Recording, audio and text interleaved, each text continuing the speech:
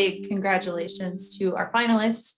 I'm just going to do a really quick introduction and then give the floor to you all to talk a little bit more about yourselves and about your research. So first we have Mon Luo, who is a doctoral student with the Fulton Schools of Engineering, and Amanda Trakas, a master's student with the Herberger Institute, and Lauren Van Huisstede, a postdoctoral scholar in the Mary Lou Fulton Teachers College. So Mon, would you like to start us off? Tell us a little bit about yourself and your research. Sure. So I will start to share my slides, right? Yes, give me one. Oh, looks like Keith already took care of that for us. Yes, you're free to share. Okay. Hi, everyone. I'm very excited about the opportunity to introduce my research to you. My name is Man Luo. I'm a third-year PhD student in computer science. My advisor is Dr. Chita Barrow. My research interest lies in natural language processing with specific focus on semantic information retrieval and open book question answering. So today I will briefly talk about one of my projects, semantic information retrieval in biomedical domain. And let me just give you a very brief overview of this task. Actually, we are the user of this system. So the user has the user has some needs, and he or she comes up with a question. Then he asks this question in a retrieval system. This retrieval system will have a large collection of documents, and it retrieves the most relevant documents and then return to the user. So basically, this is what we do on Google. And in this project, what I develop is a system which consists of two stages. One is that I will first pass the query to a traditional word matching algorithm, and this will give us a top K candidates. Then the second stage is I will pass this question and this sentence to a large language modeling based on BERT model, and from three semantic aspects, I will score the each candidate, and the final answer will be the summation of semantic scores. Okay, so based on this research, I developed a demo. So in here, you can see that the user can type in some question and then search. I will present, the system will present two set of results to the user.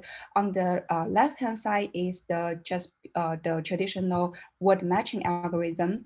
And we found that sometimes this traditional algorithm actually work pretty good, especially when the keywords in the question match directly in the documents. So in this case, the traditional algorithm will work pretty good. But in some other case, let's say the keywords in the question cannot directly match with some words in the documents, but some words in the document are actually semantically equivalent to the keywords. In that case, our semantic searching results also work pretty good. So we decide to present both results to the user so that they can, these two results can compensate with each other.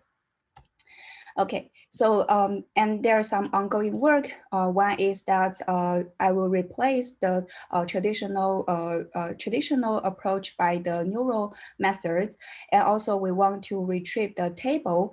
So especially in the biomedical domain, many useful information are presented in the table, and also searching with the image is also an interesting topic. Sometimes user might want to upload an image, and then he want to retrieve similar image or ask some question related to that image. So those are the interesting research that I am currently working together with some other students. Yeah, that's it from me. Thank you. Thank you, Mon. I hope I don't take too much time. Am I on time? No. That was wonderful. There's not a stopwatch or a clock here. It's just an informal discussion.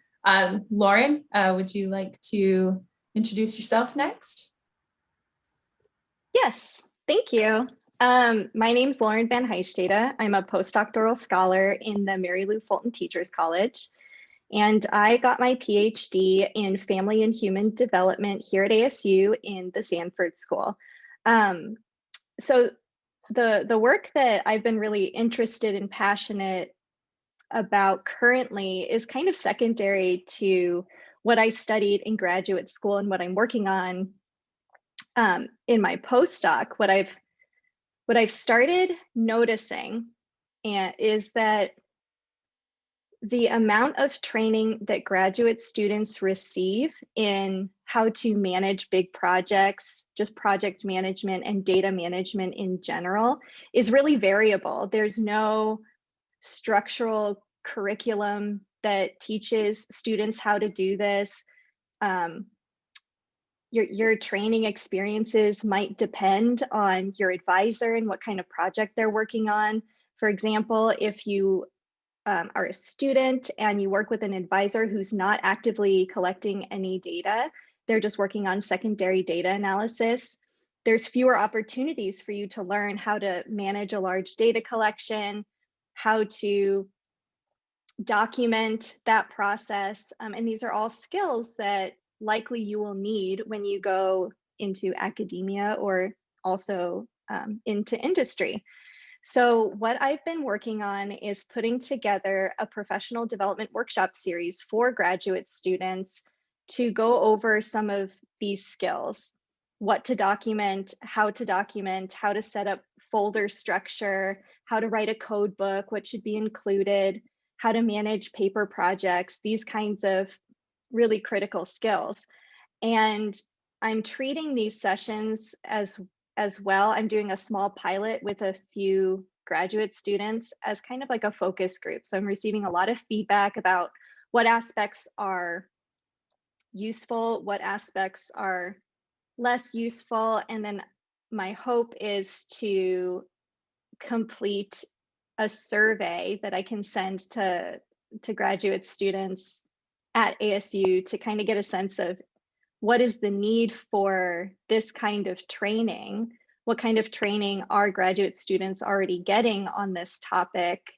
Does it differ by discipline? So those are the kinds of things that I'm hoping to find out. Perfect. Thank you, Lauren. Thank you. Mm-hmm. Amanda, last but certainly not least.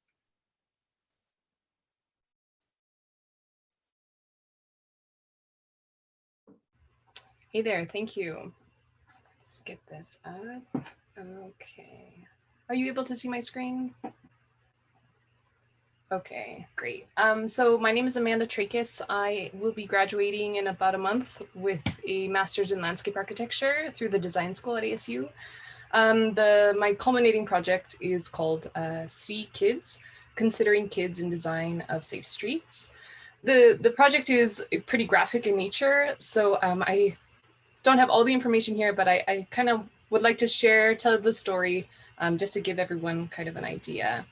So the objective is to map the incidence of car crashes involving children as pedestrians in Phoenix. I've collected the data from the Arizona Department of Transportation from 2015 to 2019. And the hope is to demonstrate a method to prioritize infrastructure investment kind of from the city or the municipal level. So identify areas where a lot of these crashes are happening, so the concentrations, and look at the physical conditions of the environment in which pedestrians are experiencing, but also look kind of more broadly at connections of demographic information and income to see who's being most adversely affected by these incidents of crash. And finally, to kind of apply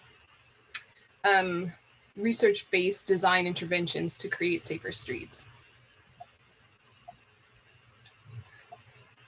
And there we go. Okay, so from 2015 to 2019, there was about 1,700 incidences of crashes involving children as pedestrians in Arizona.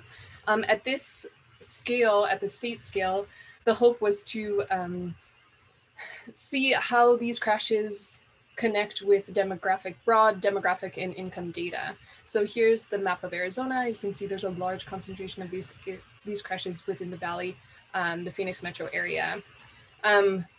looking a little bit closer in with the outline of Phoenix there, it becomes quite clear that a lot of these crashes are happening within the bounds of the city. But more broadly, connected to here is income, a lot of these concentrations where these circles you see in the middle of the map correlate with low income census tracts. So some of these lighter areas as opposed to the dark purple areas, which have very few incidences of crash. Oops, no way. Okay. And here are the percentage of minority, percent minority population by census tract. Again, very similar trends. So the darker green areas indicate areas within Phoenix with high percentages of minority residents. And there's lots of crashes that are found in these areas.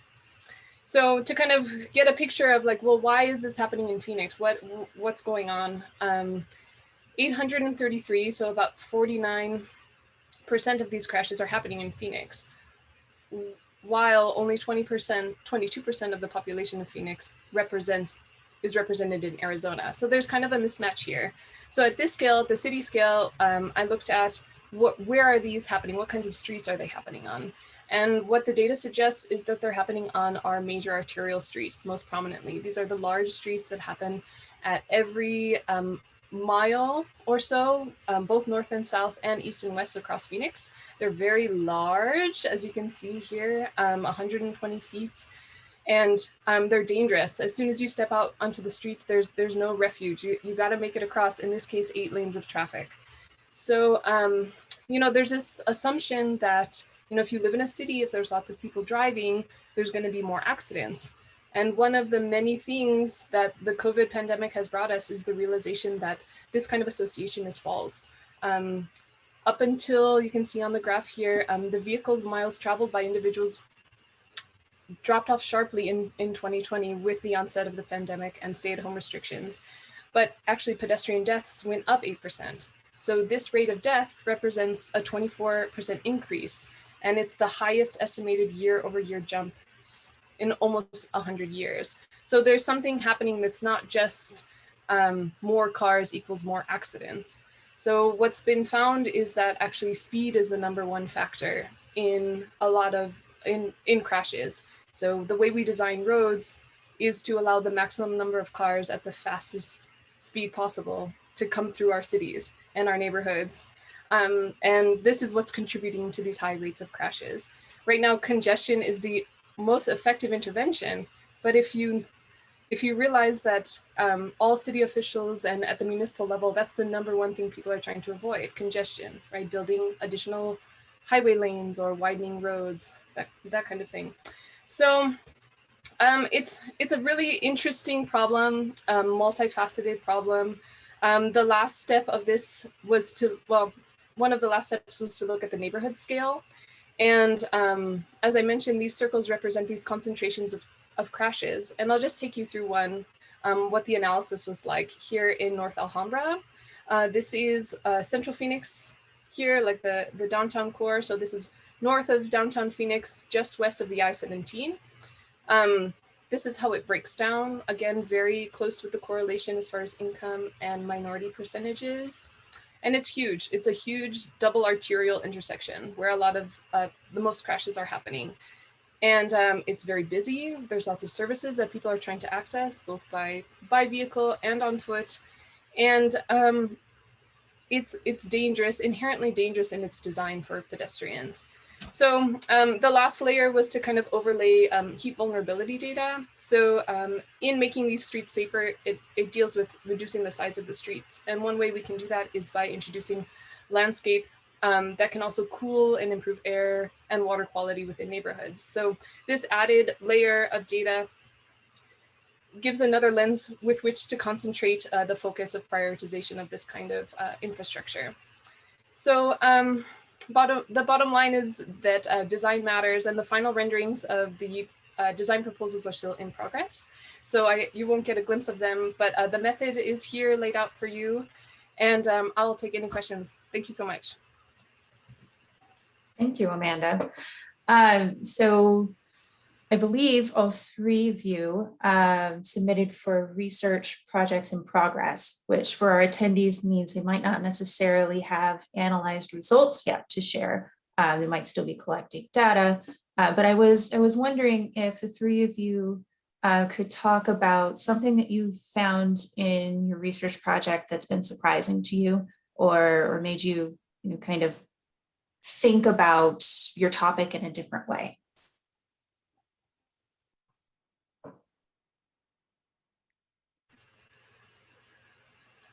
Well, I can go first. I think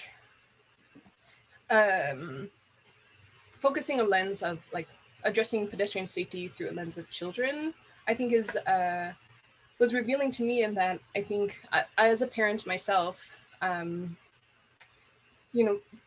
of the freedom you want to give your children is to be able to have some kind of autonomy, right? And visit their neighbors, walk to school. And there's something inherent about the built environment, the values within the built environment that are reinforced that don't allow you to do certain things. So it's interesting that such a legacy, an infrastructure legacy, can have such compounding effects on people and then children and then building community in that way. Absolutely. Thank you.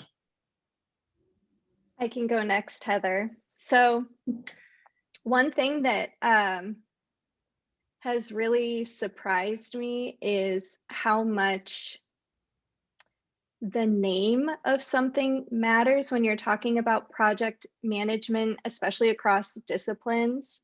So in this group of graduate students that I'm working with, they were asking me questions. I'm a social scientist, and they were asking questions about, well, is this like a lab manual or is this more like a code book? And what I thought of a code book was what they were thinking of as a lab manual. So it really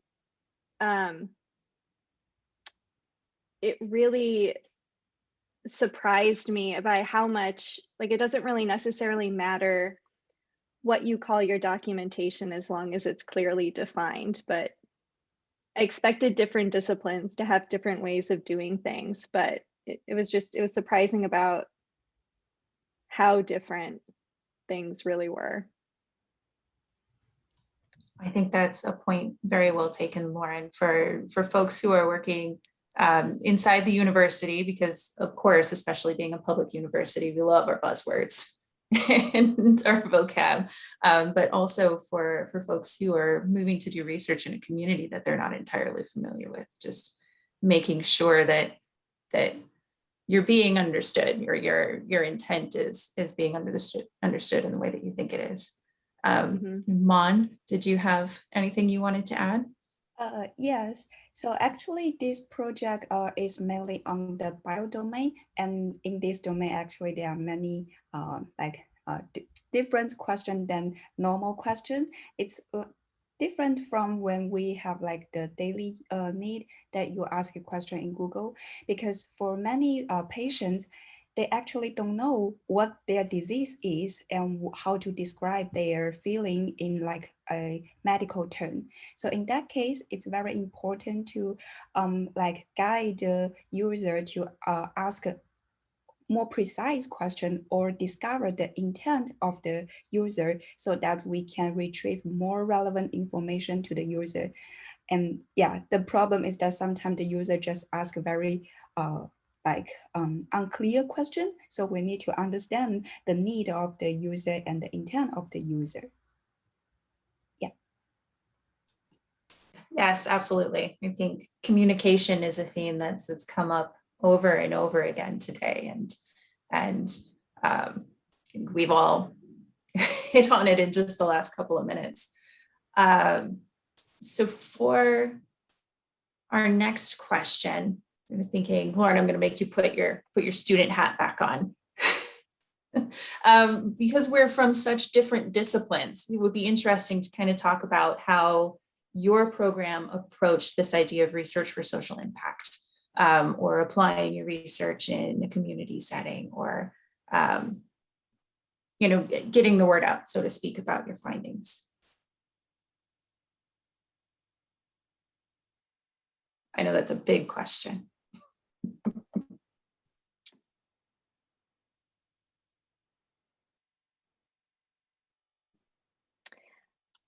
for me, I'll say my research is so early in its infancy.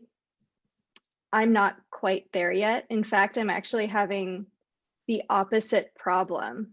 It's a good problem to have where I'm trying to keep it small while we're developing the research questions for and like what topics to focus on for project management and data management. And other people are hearing about it because the students in my small little group are talking about it, and people are wanting access to the materials, they're wanting to join. But I want to be really thoughtful about the final version of this workshop or course or whatever it turns into, so that it's written in a way that students from multiple disciplines can access, and that it's in a more final form. So. No, point very well taken, Lauren. I think how we interact with our research definitely changes as we work our way through the process.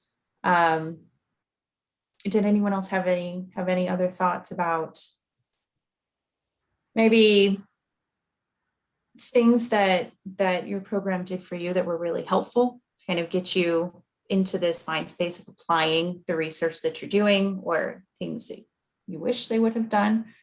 This is an area certainly where there's always room for improvement. I can say something. So I really hope that the system or the demo that I developed can help the people are in like resource limitation area, like the sheep or the rural area, so that in those areas the connectivity or the hard device are not very good as we have. So we currently like working on make our system more like compatible in small device, so that it can be used in those area, and without the connectivity, you can search something using like very small devices. Thank you, Man. Heather, I think if I might just jump in, and I think I can better address your question. You're more asking about how my program, like my department, has supported me. Is that more what your question is getting at? Yes. Well, so since my research is it's a secondary topic, right? I typically study infants and mother-infant interactions.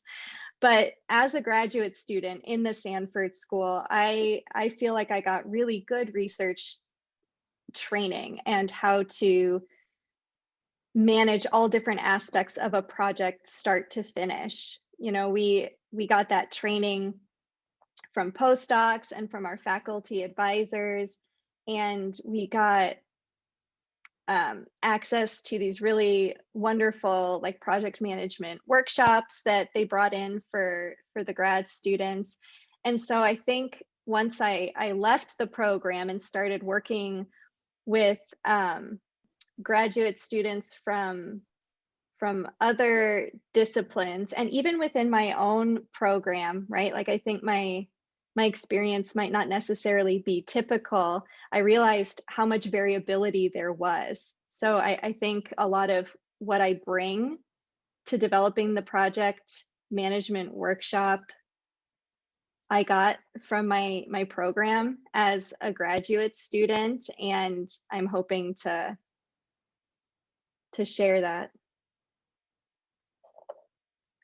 Thank you, Lauren. You're welcome. I think especially coming from a postdoc, that's a really valuable perspective for a lot of graduate student attendees that we have with us today. So let's try a different question. What do you actually have a question? I can chime in. Sure. And Amanda had, sorry, I'll spotlight myself real quick. Here we go. Amanda, you had touched on how kind of COVID influenced your research a little bit, and how obviously there were a number of drivers that, dropped off, during the pandemic, but accidents increased. I was wondering if anyone else had their research either impacted or influenced by the last year and how the COVID pandemic was, impacting all of us. Did that affect your research at all?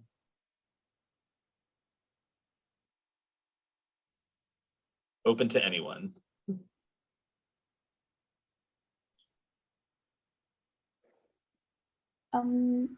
I can say something here.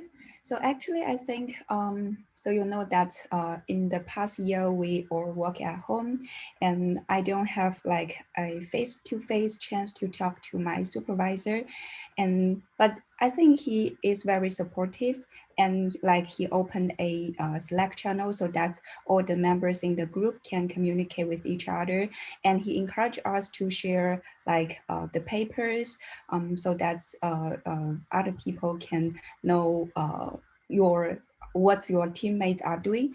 And also when I have a question or I want to meet with him, we have a regular meeting, but beside that, if I want to like jump in with him to like talk about my current progress, my current problem, he will like respond me very quickly so that I can address my problem very quickly.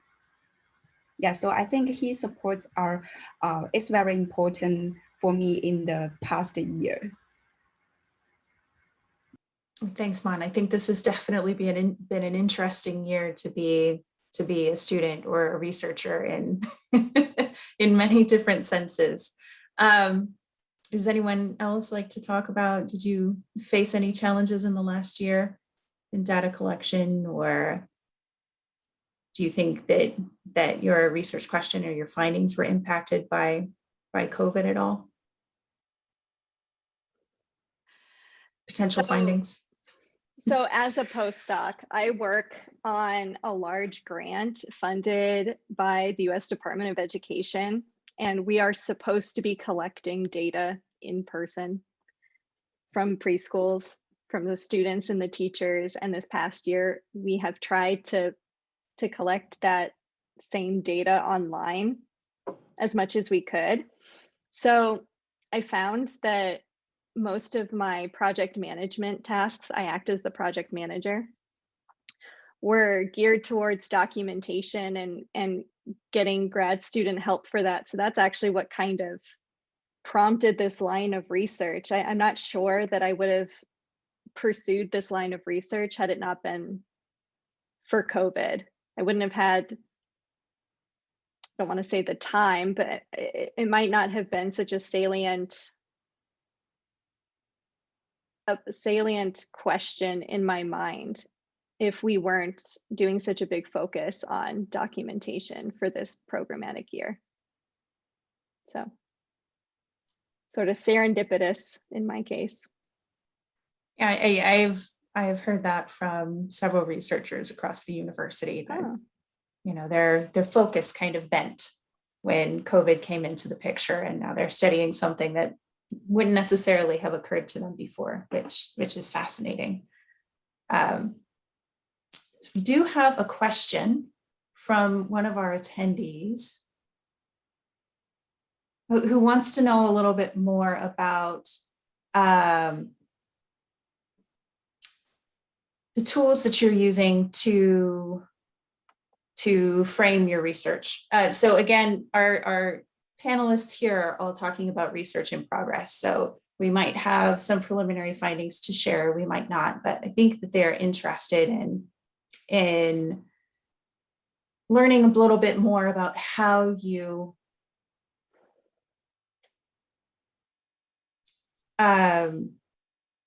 approach the applied piece of your research. So how let's step back, try to make this a little simpler. How are you thinking about sharing your research when you have something to share outside of the typical academic article or poster presentation at a conference? Or have you thought about how you'd like to share your data yet? I know Lauren talked a little bit about in the beginning of a research project, keeping it small. Right. And once it's in a more complete, finalized version, the goal is to make it accessible, like as a workshop for grad students, as a course. I know there are a few data management courses offered at ASU, but I'm not sure how many there are, and mine encompasses a little bit more than just data management. So one of those two formats, we'll see what the options are. Perfect. And Amanda, have you, it seems like you have a pretty perfect opening to start discussing policy, you know, in a limited context. Design of streets is a very big thing. Have you thought about what shape your work might take in a policy realm? Yeah, I think, you know, it's a different approach that we have like from design. And I think you asked earlier about like our experience in school. We have studio-based learning projects, and we've been really fortunate. Well, I've been very fortunate within the landscape architecture program to work on a lot of community-based service learning projects. So we work with community groups. In this case, though, for this type of project, I'm hoping to present at our final review with some hopefully members or people who work within the city structure. So like decision makers, whether it's in pedestrian safety or roads or something like that. What I was hoping to do was propose a method for improving streets. And these types of measures happen all the time. You know, City of Phoenix puts in a lot of those, I think they call them like Jayhawk crossing devices, where it's a mid-block crossing and you press a button and the lights flash and everyone's supposed to stop and you cross. But, you know, ideally, instead of doing kind of these band-aids to address dangerous parts of the design of the city, that we can start to implement a more like research-based, research-proven, safer design. So I'm actually working with a group of pediatric intensive care physicians who are looking at traumatic brain injury within pedestrians who get hit. So, you know, pediatric patients who are hit by cars. And so we're looking to kind of match up more closely the demographic profile of these individuals, instead of just matching them up with the locations where they get hit, to see like the disproportionate burden that these communities, most often communities of color and low income, are facing. And I think in the age of this like cultural and societal reckoning that we're happening, these are the types of conversations that I think people are hoping that we're having at a municipal level, that, you know, we're trying to address multiple issues with policy and with infrastructure. I think, you know, the clock is kind of ticking as far as our ability to sustain ourselves within the cities that we've built. And so we got to get smart and we got to get creative. And I think, you know, hopefully there's more opportunity at that nexus of design and implementation where we can kind of make it work. So I think I kind of hit your question maybe, but. Definitely. Thank you, Amanda. Mon, you mentioned that you really like to get the algorithms that you've built into resource limited areas. Have you given any thought to how you might go about that? Yeah, so currently, one thing is that the difference between our system and like the Google system is that when you Google something, you need the connectivity. But to address this problem, what we do is that we have a database to collect all the documents related to biomedical domain. I'm not an expert in biomedical domain, but we have a team to work together with us, and they select a couple of biomedical books for us, and then we just index those books in text, so that you don't need the connectivity to get access to those books. As long as you can use our system, the database is already there. So this is one way to address the connectivity problem. And currently we are working on how can we save this large collection using in a small memory. Like I said before, in those areas, probably the devices are not good as ours. their memory size are very limited.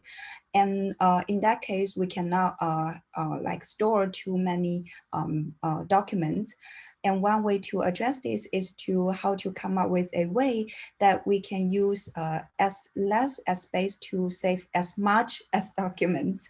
And this is currently we are working on. We like make the memory size smaller.